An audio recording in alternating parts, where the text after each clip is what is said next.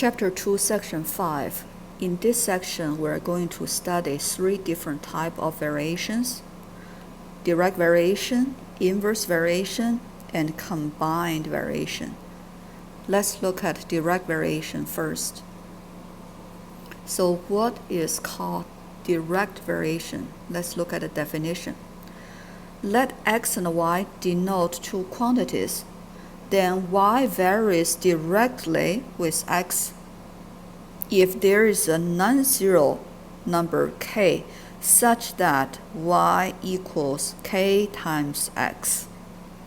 Okay, and a k is called the direct variation coefficient, or this book have a different name called a constant of proportionality. So from the knowledge we learned from chapter 1, we know y equals kx. This is a linear equation, right? And a linear equation, k actually is the slope.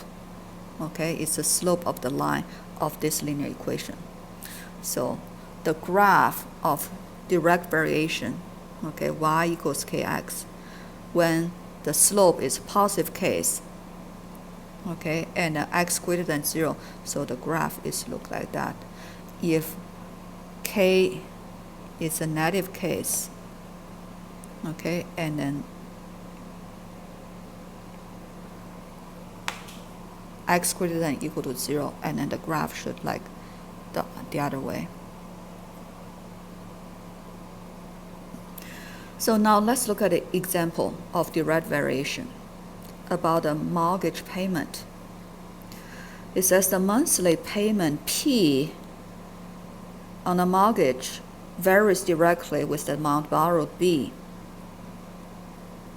If the monthly payment on a 30-year mortgage is $6.65 for every $1,000 borrowed, find a formula that relates the monthly payment P to the amount borrowed B for a mortgage with these terms. Then find a monthly payment P when the amount borrowed B is $120,000. So first we want to find a formula that relates P and B, right? And then the first sentence of the problem tells us the relationship between the P and B. It says P varies directly with B. Therefore, we can write P equals K times B. Okay, that's direct variation formula, right, or definition. P equals K times B.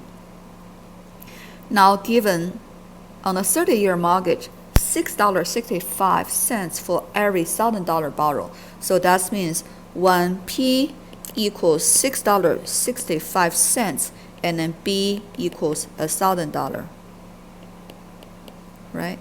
So now we can plug in to the direct variation relation between these two variables and then find a constant K.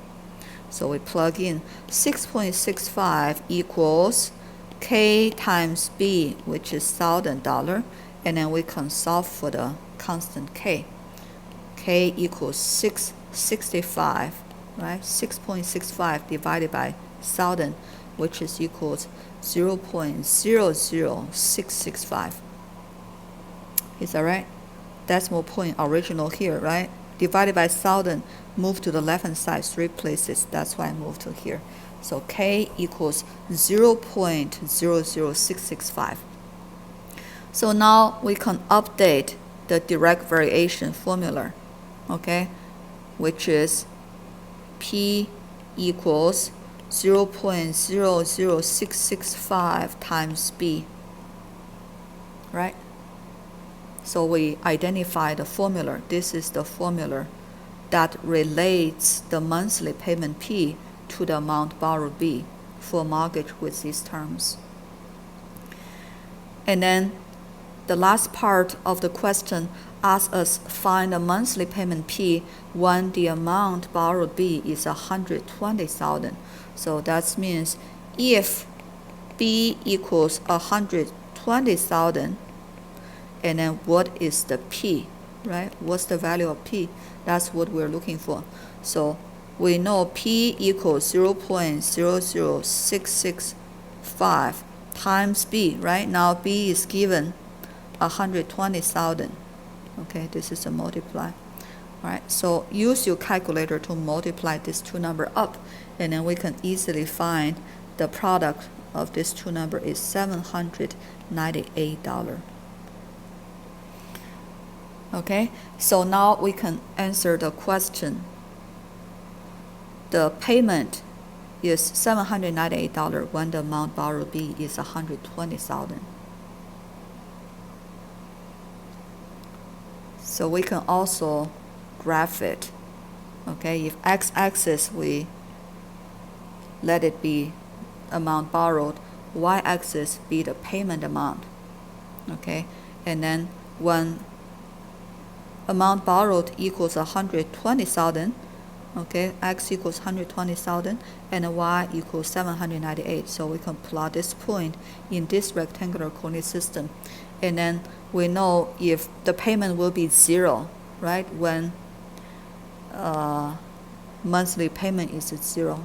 When monthly when borrowed money is $0 and the payment of course is 0, so it's also passing through the origin. That's why connect origin and this point, we conform the line. This line is P equals 0.665 times B. All right. So this is the direct variation.